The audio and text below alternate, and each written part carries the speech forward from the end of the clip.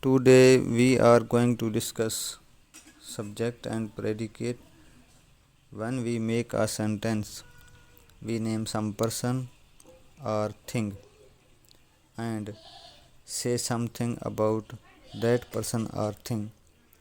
In other words, we must have a subject to speak about and we must say or predicate something about that subject. Hence, every sentence has two parts: a part which names the person or thing we are speaking about. This is called the subject of the sentence.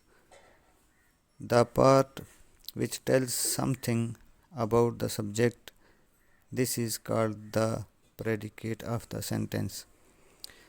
The subject of a sentence usually comes first.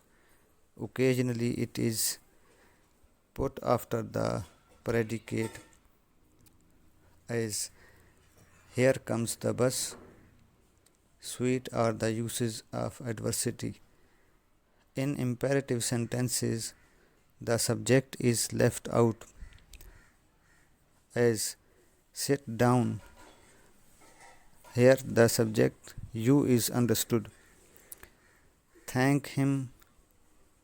Here too the subject you is understood. Exercise of the subject and the predicate. In the following sentences, separate the subject and the predicate.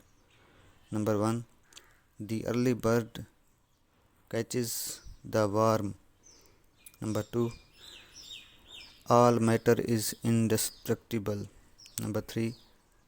All roads lead to Rome. Number 4. He has a good memory. Number 5. Nature is the best physician. Number 6. We cannot pump ocean dry. Number 7. Borrowed garments never fit well. In this exercise, you have to separate the subject and the predicate.